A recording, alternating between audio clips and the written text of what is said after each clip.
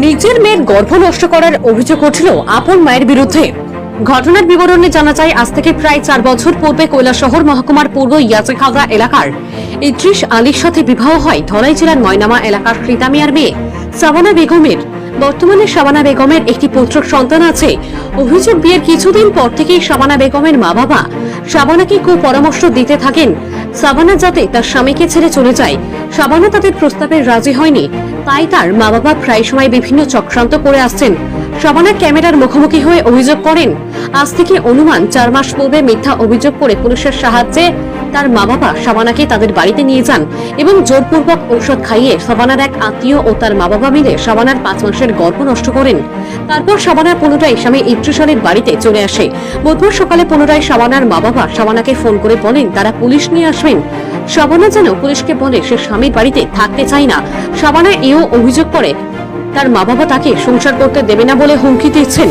শাবানা চায় তার স্বামী ও ছোট্ট শিশু সন্তানকে নিয়ে সুখে শান্তিতে সংসার করতে, কিন্তু তার মা বাবা তা হতে দিচ্ছে না বলে অভিযোগ। তাই বাধ্য হয়ে শাবানা বুধবার ইরানি থানায় তার বাবা সীতা মিয়ার মা রুশনা বেগম এবং লিলিফা খাতুন নামে 3 জনের বিরুদ্ধে লিখিত অভিযোগ দায়ের করেছেন।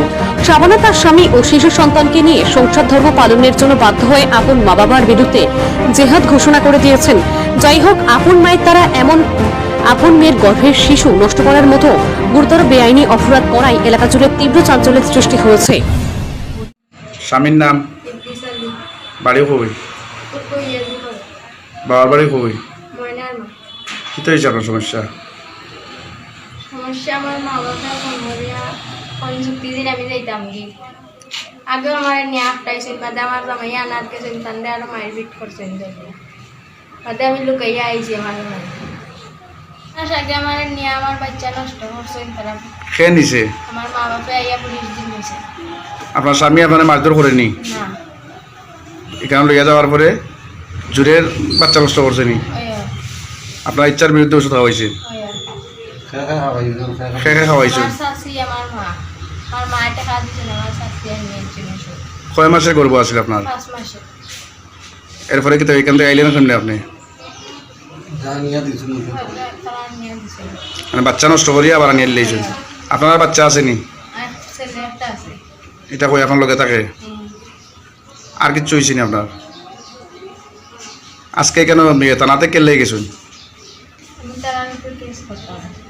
কোন কারণে সকালে কিতা করছেন না কোন কারণে কেন কেস করতেন?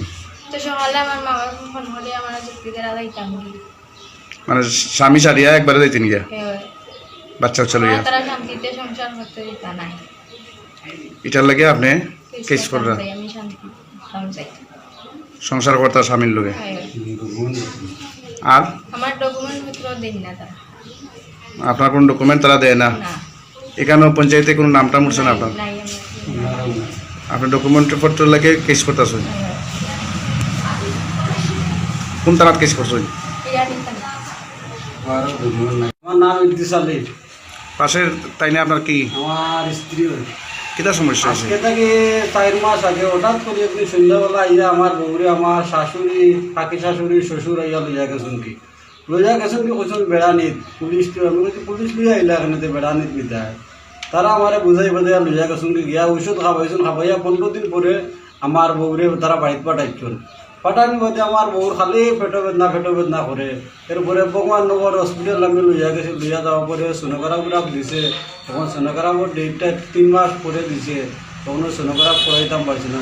হঠাৎ করে আজকে সকালে 7:30টার সময় ফোন দিয়েছেন আমার শ্বশুরে। ফোন করে আমরা পুলিশ পাঠাইমু তোর বাড়ির। পুলিশ পাঠানি বাদে কইস তোর জামাইয়া মারপিট করে তোরে আমরা বাড়িতে নিয়ে ফার্ম একটা আমরা খুলিয়া দিমু, তোরে এখানে আর রাখতাম না। তো আমি ঘুমতে উঠার পরে গিয়ে আমার বমি ইলা করে মনে করলাম কিতা করতে তোর যেটা মনে চাই এটা করতে যাইতে কি এটা তোর ইচ্ছা পুরা একবার তোর সংসার তুই দেখতে। এরপরে আমার চলো আমরা থানাতে আমরা জানাই।